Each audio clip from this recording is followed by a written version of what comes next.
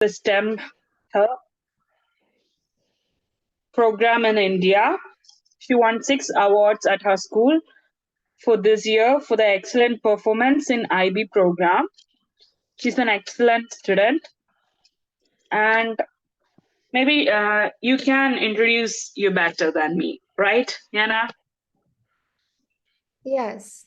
So am honestly, I'm very excited to teach you all today because throughout my high school years, I've been participating in projects where I'm mentoring other students. So at school, I mentor grade 8 students in robotics, and I also teach grade 6 students mathematics in a government school here nearby. So teaching is not something that I've just started. I love doing it and I love sharing ideas with younger students and communicating and just learning from them as well because teaching is a two-way street. I'm not the only one who teaches. I get to learn something new every day from every student. And I'm really interested in how creatively we all can combine our unique sort of thinking styles and figure out how to solve problems in a more creative manner. Excellent. So, Thank you, Miss. guys, she'll be handling the geometry session today. She's an excellent teacher. You'll get to know her today. And I think some of you already know her. She's actually a coach in a tournament. Okay. Yana, go on. Okay. Okay, so So guys, do you, you want to tell us? so Yana, you have the, so you are the co-host. You can share the screen. Uh, uh, Yes, sir. Yes. okay, okay.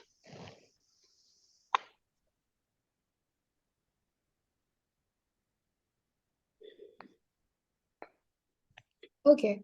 So can everyone see my screen? Yeah. Okay, great.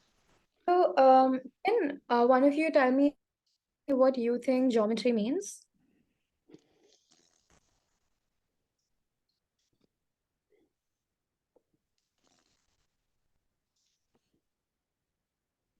Vivaan, do you want to try? Okay, so geometry for me is basically using measurements of different shapes, lines, etc. to find out about something. Yeah, that's absolutely right. So have you done anything in geometry yet? Do you think? Could you repeat that? Have you studied geometry before? Yeah. Okay, that's great. Um, Deku, do you want to tell me what do you think geometry means? Geometry is probably the most basic and most essential, like one of those study of shapes in math. Yeah, that's correct. So, geometry, one of the biggest skills you need in geometry is visual thinking. You need to visualize the problem, and I'll show you guys examples of where you need to visualize the problem. And it's sometimes this is very surprising, but sometimes it's even more important than the actual math. Like if you've done topics like algebra, where you have to find the value of x, or you've done calculus or something like that, there's a lot of math involved. But here, more than math, you also have to kind of apply your common sense and logic and use the information of things and shapes you see and you use every day around in your life. And I'll show you examples of these as well. So here is one practice introductory problem that I think does not include a lot of math. More, it just includes very logical thinking. Um, Okay, so basically here it says that a square piece of paper is folded into four equal quarters. So once it's folded over, and then another time it's again folded over, and then it's cut along the dashed line as shown in the figure, and then it's again unfolded completely. So what do you guys think will the shape be? Does anyone want to give this a try? I want. Okay, continue. So do I just say the answer? Yeah, you can tell us the answer and how you figured it out. E. Yes, that's correct. Do you want to tell us how you figured that out? You just basically look at the folding. So for the last part where it has the dash cut, you refold it, which makes a triangle on the bottom, and then since the second picture says it was folded from down to up, so then we just unfold it, which makes the middle square in shape E. Okay, yes, that's correct. So, like I said, there wasn't much math involved. So this is the solution. In a more visual way, it's represented here. So once you fold it over like this, you'll get like a triangle shape, and then you fold it down, so you get a diamond shape. So I'm hoping everyone's understood this. There's one more problem similar to this. This is a little more complex, I think. So there's a regular octahedron with 8 equilateral triangle faces. Okay, so if you don't know what equilateral is, it'll be coming up in the following slides. But right now, I'll just tell you that it means that all the triangles have the same, like the same measurement of the sides. So each side is equal with 4 faces meeting at each vertex. So basically, if you don't really understand what the question is saying, just look at the diagram. That's what the question is saying. It's just describing this net. So this is called a net. The sort of the outline of the shape before you fold it and make it into a shape is called a net. So this is the net. And it says that someone is going to fold all of this together, and there's a triangular side called Q. Which side will end up to the right side of Q? So that's what the question is asking. So you need to visualize, like I had said, more than the math, just visualize how it's going to fold out. And I get that it's a little bit difficult, but take your time and try. And just let me know on the mic if anyone wants to answer.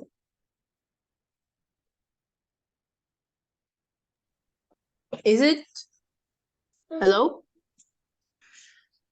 Yes. Yeah, you can continue speaking. Okay.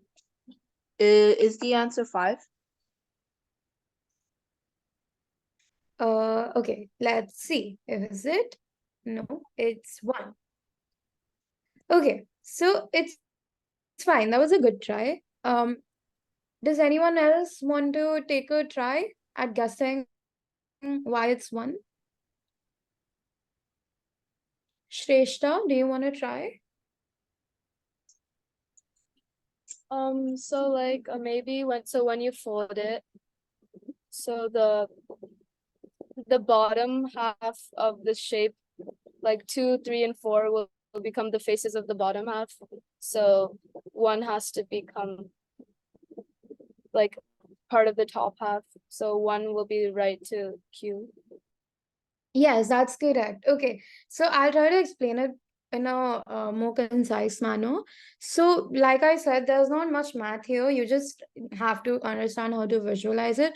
So basically, here they've illustrated it visually, but it's fine if you don't understand it this way. I'm going to show you another way how to get the answer 1. So here, look at the options. If you can't figure out the answer, just look at all the options first. It says 1, 2, 3, 4, and 5. Options 1, 2, 3, 4, and 5. Okay. So it doesn't say 6 or 7. So that's out of the mix, right? Now imagine this part here, the huge triangle here, to the left here is going to form the bottom part of the shape, right? Like Shrishta said. So 2, 3, 4, and 5 will kind of be toward the bottom. And like you can see here, Q is at the top, it's not at the bottom, right? Just imagine it folding over each other, you'll get to know that 5, 6, 7, and Q are upwards, and 1, 2, 3, and 4 are downwards. That's why by elimination itself, you can get the answer 1, even if you don't think too much about visualizing it. Of course, you should, but sometimes in problems like this, when you have limited time, it helps to eliminate answers as well. Okay, and here is a more visual representation. So you can read the answer here. It's written 5 and the question mark. So Q, 5 and Q have nothing in common, right? So it can't be 5. Um, I hope this is clear. Is this clear to everyone? It's a little complex, I know. Maybe if you get free time, you can maybe make this cutout at home and experiment with how the faces line up with each other. So you can do that at home. I think Mr. Sham is going to send over the PPT later on. Okay, so we can continue. Now, another skill that is really essential to geometry, more than visual thinking, is logical extension. Now, what this means is that, like I said, you need to apply the logic of what you've seen around you in the world and extend it mathematically. Now, what does that mean? That means, suppose I have a calculator, and the calculator is in the shape of a cuboid, right? But just because I have that calculator in the shape of a cuboid does not mean that I know how to, say, calculate the surface area of the cuboid or the volume of the cuboid. For that, I need to extend my knowledge about the cuboid mathematically by applying the formulas which I learn in class. So that's what logical extension means. It means you might already know something, but you need to learn how to apply it in the scenario of mathematics. Now, how can you do this? You can do this by reading the question carefully and noting the question words. Now, this is a really important thing. Otherwise, it's a bit difficult to understand geometry questions because they're about visualizing, and you can't visualize a problem if you don't understand it. And you have to do exactly what the question asks. Now, I'll show you an example of this as well. This is a problem. Okay, it says a rectangle with sides parallel to the x-axis and the y-axis has opposite vertices located at 15,3 and 16,5. Now, a vertex basically just means a corner. Okay, so here there is a rectangle and there are corners. There are 4 corners to the rectangle. What this says is the opposite corners are located at 15,3. You can map it out with the coordinate system, and 16,5. So the opposite vertices. Okay. And then there's these points given, A, B, C, and D. Now a line is drawn through A and B. So it's going to be stretched out along A and B. And then another line is drawn through points C and D. So it's going to be stretched out from C and D. Now the question asks us, how many points on the rectangle lie on at least one of the 2 lines? So we need to first figure out how many points of the rectangle lie on the lines. Okay. Now, how can you do this? You just need to extend a line.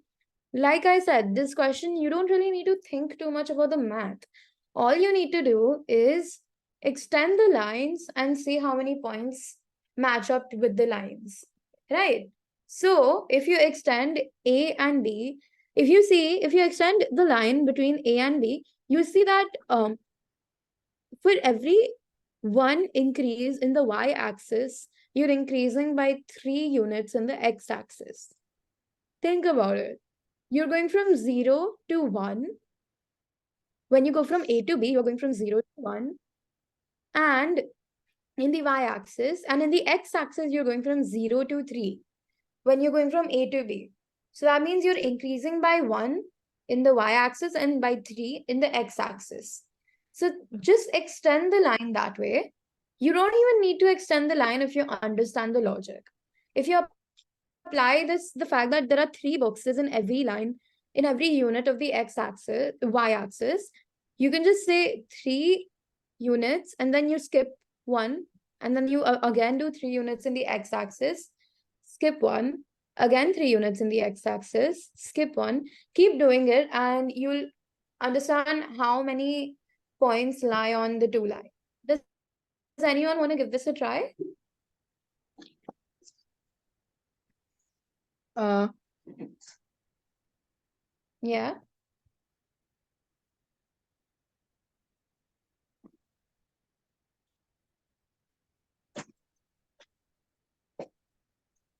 Maya, do you want to give it a try?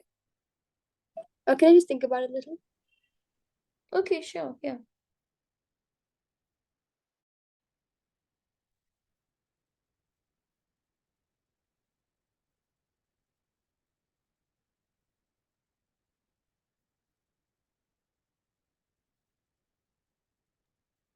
Is the answer 1? Yes, that's correct. Okay, Maya, can you see my pointer on the screen? Is it visible, like moving? Yeah.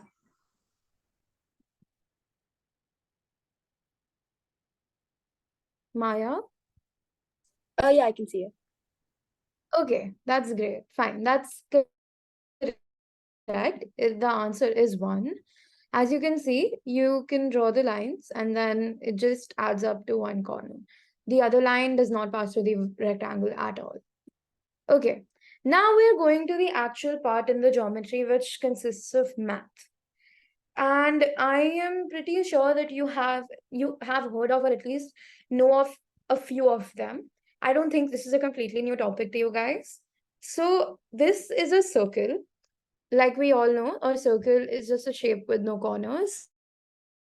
And this is just the formula for the perimeter and the area of the circle. Uh, so what is a perimeter? A perimeter is just the length that is covered while outlining the shape, and the area of the circle basically means the amount of space that the circle is taking up, like the space that's inside the circle, that's the area. And the radius here, r, is the radius, and the radius is the distance between the center of the circle and any other point on the edge of the circle. This is called the circumference of the circle. So actually the perimeter has a special word. In the case of the circle, it's known as the circumference. And the formula for that is 2 pi r, and for the area, it's pi r square. Okay. So the circle is a pretty simple one, so we can move on. So these are the types of triangles. Uh, so there are 3 types of triangles based on sides and 3 based on angles. So based on sides, you can have an equilateral triangle, isosceles one, or a scalene one. Now we saw equilateral triangles before as well. They have equal lengths in all 3 sides. They're pretty easy to understand. Isosceles triangles again have 2 sides of equal lengths, but then one of them is unequal. And for the scalene triangle, all the sides have different lengths. Okay, so then there are triangles based on angles. So I'm hoping you guys know what angles are and how their measurements affect what type of triangle is created. So here, the right angle triangle is characterized by a right angle or a 90-degree angle. So that's a straight line, and then a hypotenuse. So the longest side in a right angle triangle is known as the hypotenuse. Then there's an acute angle triangle, like here you can see. The angle is not exactly 90 degrees.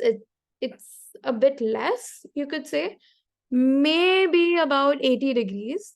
So any angle that is less than 90 degrees, or you could say which leans toward the base, is an acute angle. So this is an acute angle and this is an obtuse angle. You could say that the angle is a little more than 90, maybe 115 or 105, something a little more than 90. And you can make out it's obtuse because it leans away from the base. So this is the base, and the angle is leaning away from the base here, and here it's leaning towards the base. So these are all the types of triangles. Does anyone know the formula for the area of a triangle? half times h times b. Yes, that's correct. So half into base into height. That's the area of any triangle you take. So half into, why is this? Does anyone know why we use this formula. Because like if you a I think I rectangle, know. Okay, Shra, you can continue. yeah, so like a rectangle is base times height basically. So if you like cut a rectangle into half, it becomes a triangle. Yes, that's correct. Deeku, did you want to say the same thing? Sort of, yeah. Okay, great. That's great that you guys already know that. Like, base into height is the formula for a rectangle. And if you cut a rectangle in half, it's just a triangle. It's that simple. So over here, you can visualize that if this triangle was just sort of mirrored and then flipped around a little, it would form a complete rectangle. So that's really interesting how you can just cut it into half. So that also shows you that just don't rely blindly on the formula. Just know how it's being derived, because later on you might just have to derive them for irregular shapes. So again here, so this is a right angle triangle. Like I said, it has a 90-degree angle and the area is inside, and this is the height, this is the base, and this is the hypotenuse. Okay, so as long as you understand that the hypotenuse is the longest side of the triangle, it doesn't matter which other side you choose as the height or the base. And the area again here is half into base into height. So this formula, half into base into height, can be used for any triangle. But sometimes you're not given the base or the height, so you need to come up with special formulas for triangles to calculate their area. Over here you have all of them. But then let's say, okay, let's say it's an equilateral triangle. Suppose you're only given the sides, you're not given the length. The length here would be from the point A to, so that would be a line drawn from point A to the middle of the side in B and C. Okay, so this entire thing would be the length, but it's not really given here. So you wouldn't know how to calculate the area here unless you found it. Okay, so you basically need to find it. How would you find it? You would use the Pythagorean theorem, Pythagoras' theorem, if you've heard of this. So what this says is that, again here, this is the height, the base, and the hypotenuse. This says that the base squared plus the height squared gives you the hypotenuse squared. This is just a simple way of kind of experimenting with the measurements of the sides, and they always follow this rule if it's a right angle triangle. So and an interesting thing here is that the numbers which follow this rule perfectly sometimes are consecutive integers. So basically 2 squared plus 3 squared, sorry, wait, 3, 4, and 5 are Pythagorean triplets. What that means is that you could have a triangle with the measurements 3, 4, and 5. And they're consecutive integers, right? Because 3 plus 1 is 4, 4 plus 1 is 5. And they follow this rule. That's why they could make a triangle. So that's why 3, 4, and 5 are known as Pythagorean triplets. And that's how all of them follow this rule, all measurements, but usually it's in the form of decimals or even square roots. So that's how you would find the area of an equilateral triangle. You would find the height first, and then you would do height into the side into 1 by 2. So that's how you would get the answer. But if you don't have that formula, if you don't want to find the height, another way to calculate it is to use this formula. Root 3 by 4 a square. Now a is the side here. Does anyone know how this formula was derived?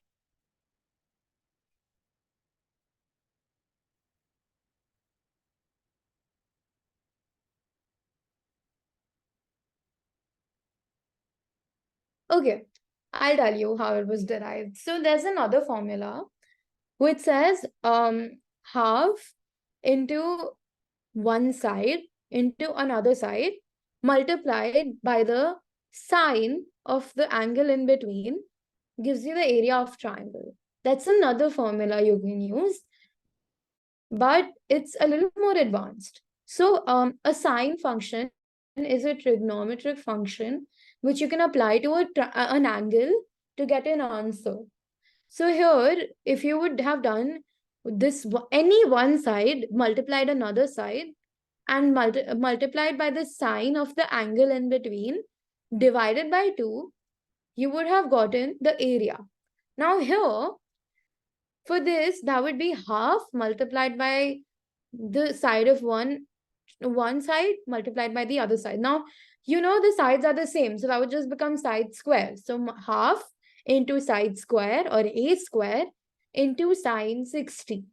Now, sine 60, we know, is root 3 by 4, which is why root 3 by 2, sorry.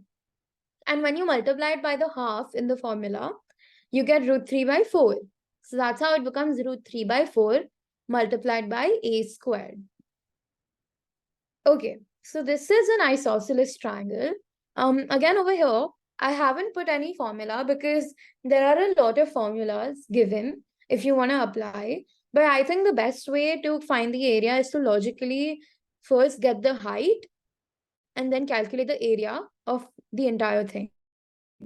So either you can calculate the area of one part of the uh, isosceles triangle, this right angle, and then multiply it by 2, or you could just do the half into the height into the entire base. And then again, the scalene triangle, you do the same thing. You find out the height again, but the height, over here, you could find the height using the Pythagorean theorem, right? This height squared, that would be AB squared plus BC squared would be AC squared, right here. So that's how you would have found the height. But then over here, you can't apply the Pythagorean theorem because there is no right angle triangle. That's the thing, right? So you would have to look into the angles and make like relationships and just do a lot of maths to derive a formula. That's why there's no give like set particular formula that I can show you. You just have to use your logic in questions like these. Okay, so now finally a problem. If the figure shows a large white circle with a number of smaller white and shaded circles in the interior, what fraction of the interior of the large white circle is shaded? Does anyone want to try this?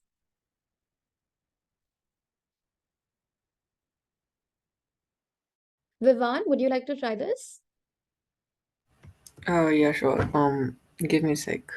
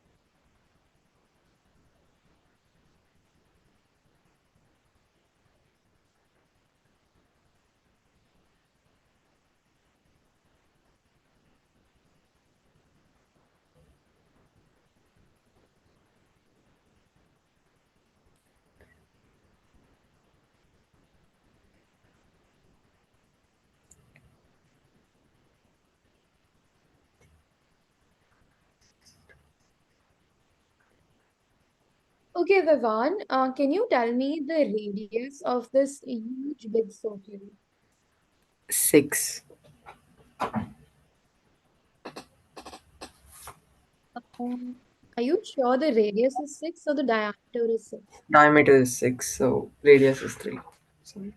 Yes. Okay, so what would the area of the entire thing be?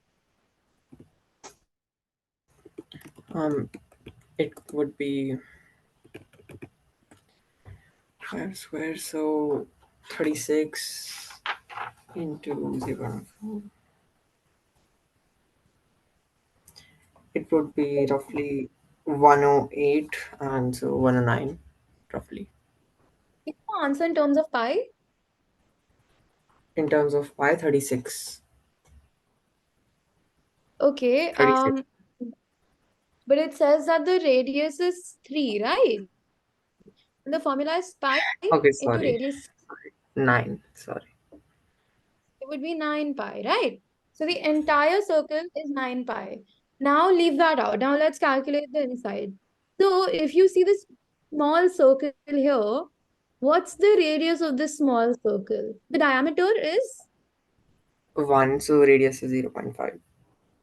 right. So the area of this would be 0.5 squared into pi, right? Yeah, So what is 1 by? 0.25. Okay. Now these three are the same. So 0.25 75. into 3. Yeah, so then 0.6. let's keep that. Okay, keep that aside now. Now let's take this bigger shaded circle. What is the radius? 2. So Okay, area 5. 4 pi. 4 Mm. pi. Okay. And then Now what is the radius of this circle? it is 1, so into 2, so 2 pi for both. So Yes. the big So one the is 2 pi, and then other, so hmm, okay. is 2 pi, So the whole area, and this is 0.75. We just added it up, right? yeah, Before. yeah, So the entire thing is 2.75 pi, right? Out of 9 pi. yeah, So then how would you find the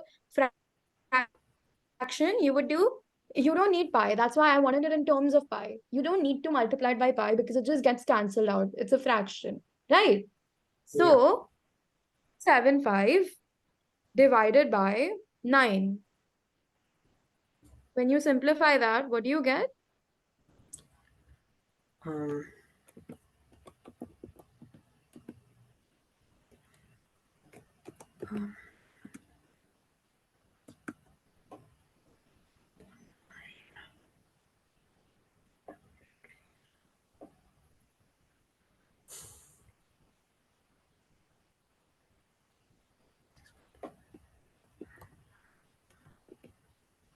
Do you want me to help?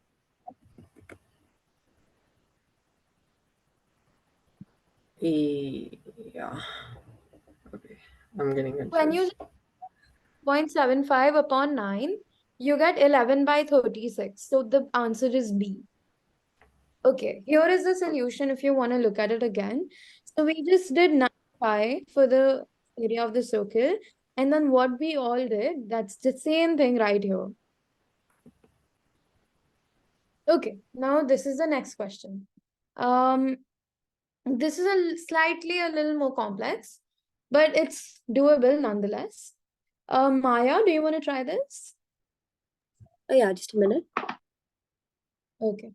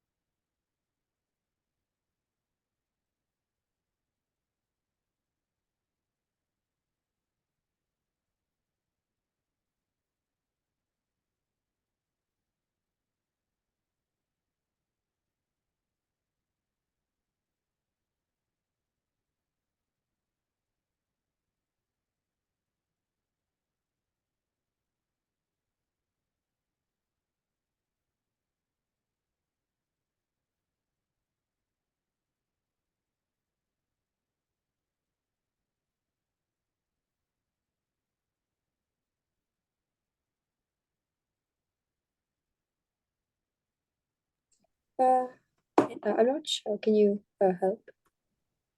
Okay, sure. I can help. Over here, basically, it says that an equilateral triangle is inside another equilateral triangle, right? So, they're divided into three congruent trapezoids. Congruent means kind of similar, okay? And here in this case, they're all the same. The side length of the inner triangle is 2/3 the side length of the larger triangle. Now, what this means is that we need to find the ratio, okay? We don't need an exact answer, which means that we can assume values. That's the fun part about this question. You can assume values. Even if you assume any value, you'll get the same answer. So, for simplicity's sake, let's take the value of 3. Okay, the side length of the inner triangle is 2/3 the side length of the larger triangle. So if I multiply 3 by 2 by 3, the 3's get cancelled. The 3 and the 3 in the denominator. So that would leave us with 2. So that means the inner side length would be 2 and the outer side length would be 3, right?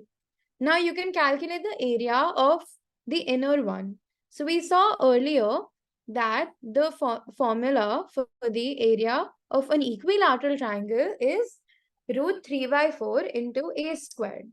So √3/4 into the side square, and here the side is 2, right? So that would give us √3/4 into 2 squared. So that is √3. So the area of the inner triangle is √3. Okay. Now we know the area of the inner triangle. We need to find the area of one of these trapezoids. All right. Now we can find the length of this triangle and the length of the above triangle. Why do we need the length? Understand. For calculating the trapezium's area, the area of a trapezium is half into the sum of the two parallel sides and the multiplied by the height. So you need to know the height of the trapezium. All right. So you need to find the height. So now I know that if this triangle is 2, if the base of the triangle is 2 centimeters, suppose, then if I draw a line from the top point, this part, the half of it would be 1. This is unknown and this is 2. So using the Pythagorean theorem, I would do 2 squared.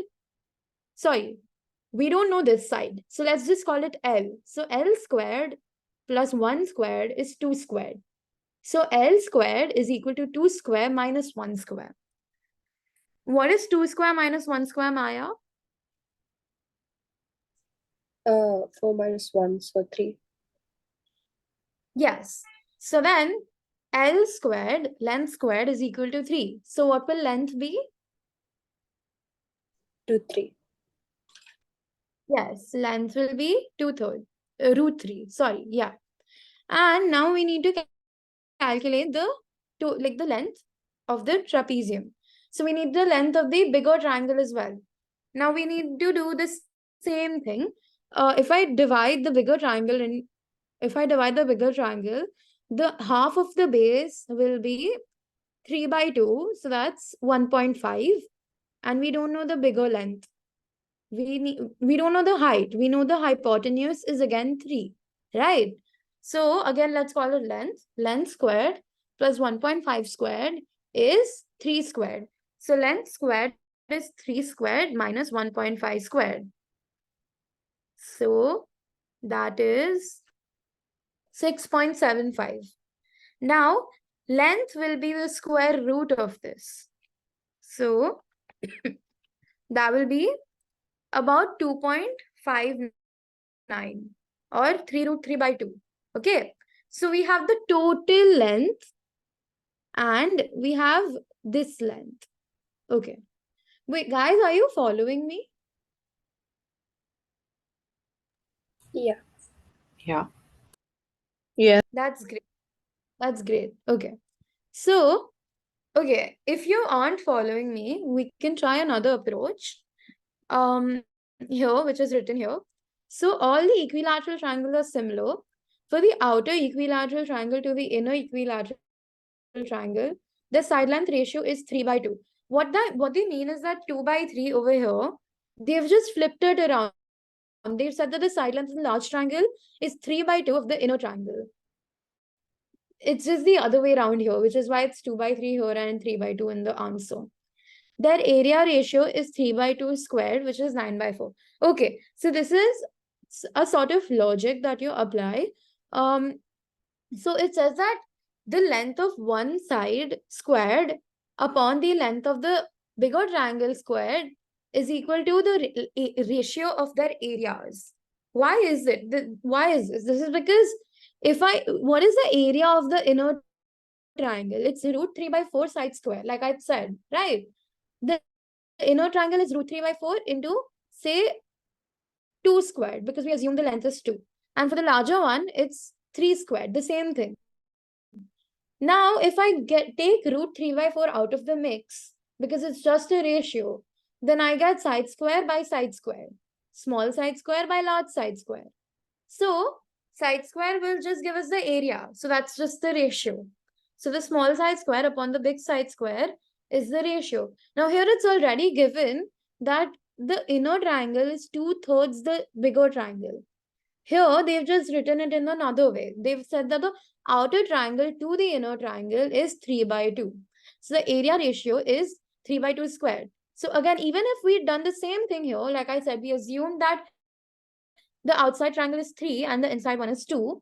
So that would be 3 square, which is 9, and 2 squared, which is 4. So that's 9/4.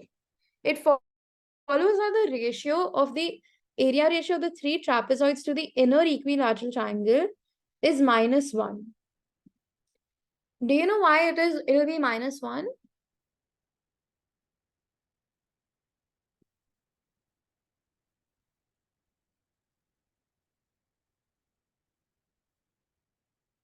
Okay. So basically why it'll be -1 is because look at the diagram. There are 3 trapeziums, right? Which are basically, if you think about it this way, this is the rectangle. If you add 3 trapeziums to the inner triangle, you get the outer triangle. So that's the only difference, right, between them. So let's take the area of the inner triangle. We assumed that it is √3/4 into 2 squared, right? So if I do √3/4 into 2 squared, that's √3. So we got the area as √3. Now, if we take the area of the larger triangle, that would be again √3/4 into 3 squared. So that's 9. So that's 9 √3/4. Now, if I subtract them, I would get, let me just calculate it. I would get about 2.2. Okay. Now I'll divide. Now 2.2 is the total area of all of them. So for one of them, I just need to divide this entire answer by 3. So that gives me 5 √3/12. Okay. So the ratio 5 √3/12, and the ratio of the area of the inner triangle, like we calculated, the area is √3, right? So 5 √3/12 divided by divided by √3. So you cancel out the √3, and that leaves you with 5/12, which is 5:12. Do you guys understand this? Yeah.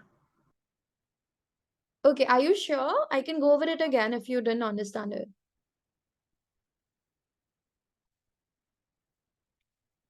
Shrestha, have you understood this? Yes. Okay, fine. So this is a similar problem.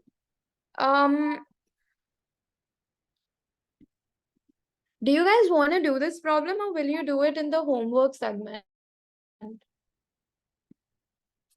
Are you tired for today, or are you up for one more problem?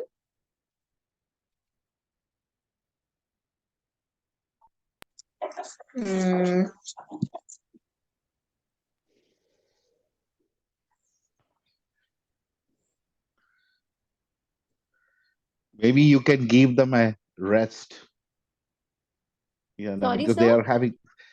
they might be having another tournament coming up. They might be already full, right? I don't know. That's why I said Guys, that you we can. Oh,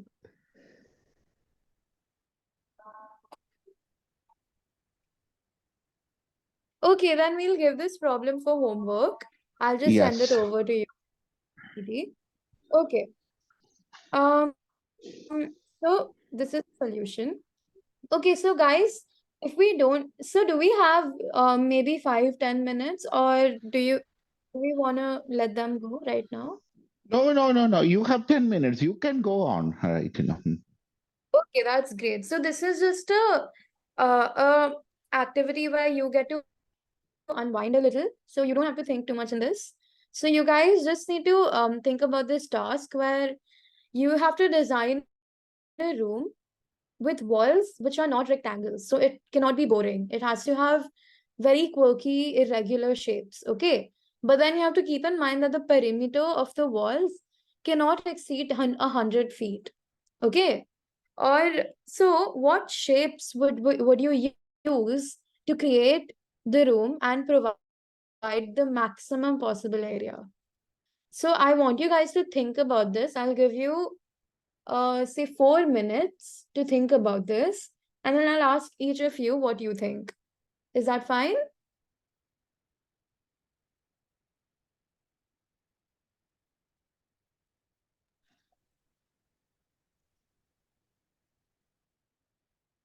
Okay, I'm hoping it's fine.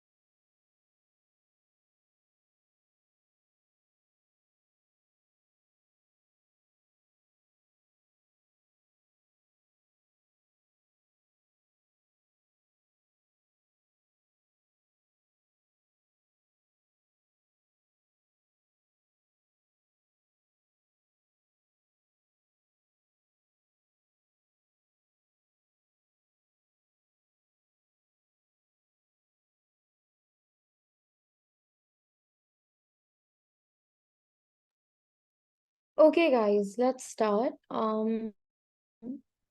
Vivan, would you like to share what you think? Okay, so I feel like simply going for a circle would be best because otherwise it would be a bit of a chore to connect all the shapes properly otherwise.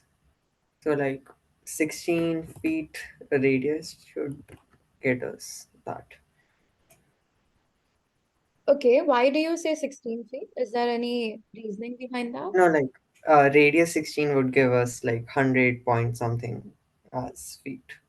Okay, okay, that way. So, um,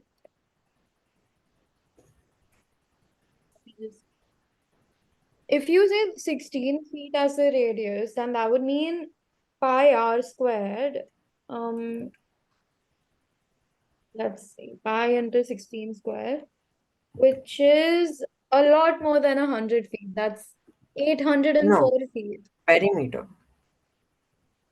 Oh, So okay, okay. circumference. Oh, right, you're right. Okay. Okay, then that should book. Yes, that's a good idea. Niku, do you have any ideas? I think it's a circle. Even you? You think a circle would be best? Yes. Okay. And is it the same logic you used, like Vivon? Similar. Okay, would you like to explain it? What, the method? Yeah, how did you arrive to the choice as a circle?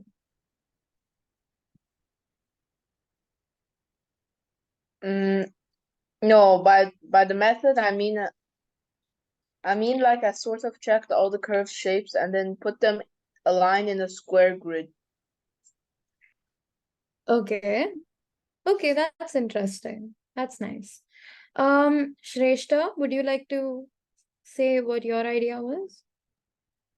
Yeah, I also think like a circle would be the best shape.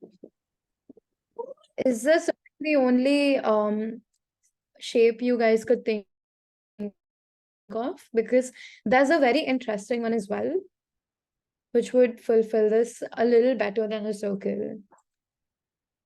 Okay, I'm gonna tell you about it. It's called an ellipsis.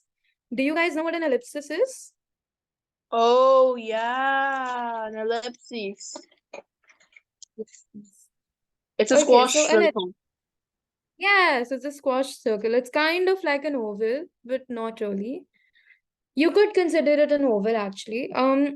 Its area is given by it's not like as simple. I would have to show you the diagram, but you could just know that in the same dimensions of the perimeter, it would give a lot larger of an area.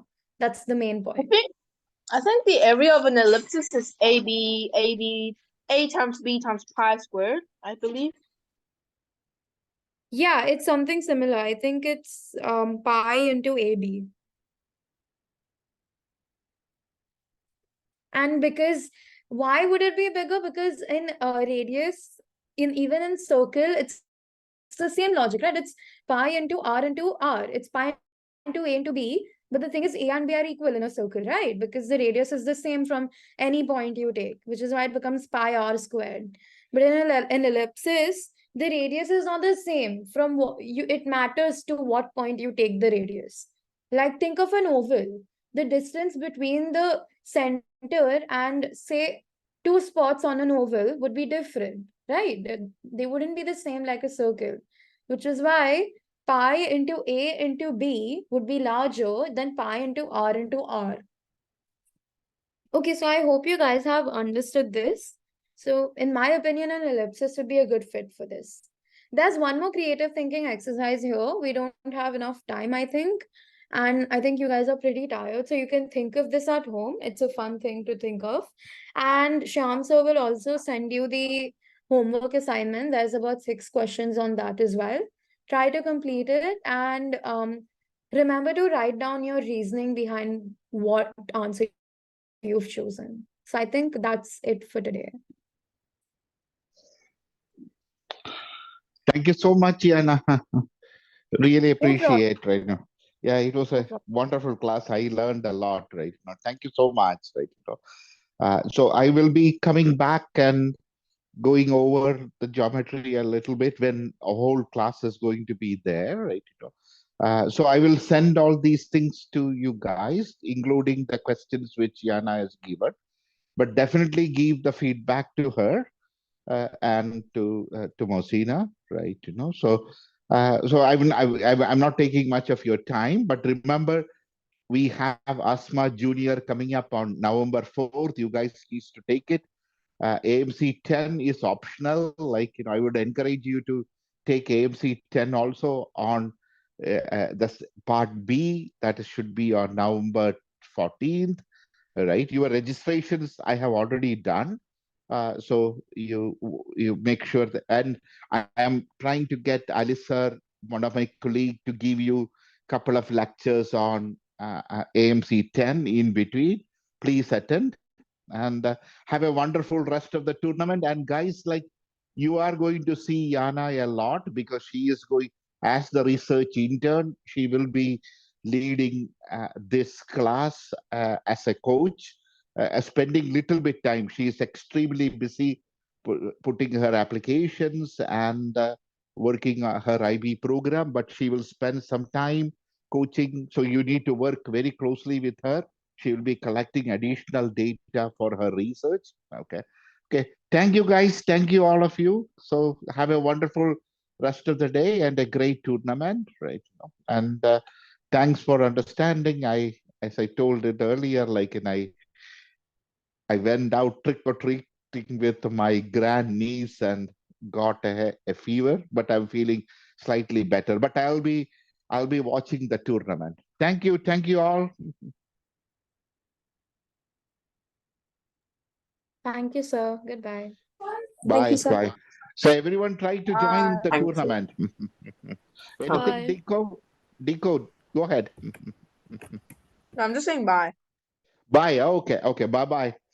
Bye, all of you. Bye. Bye bye.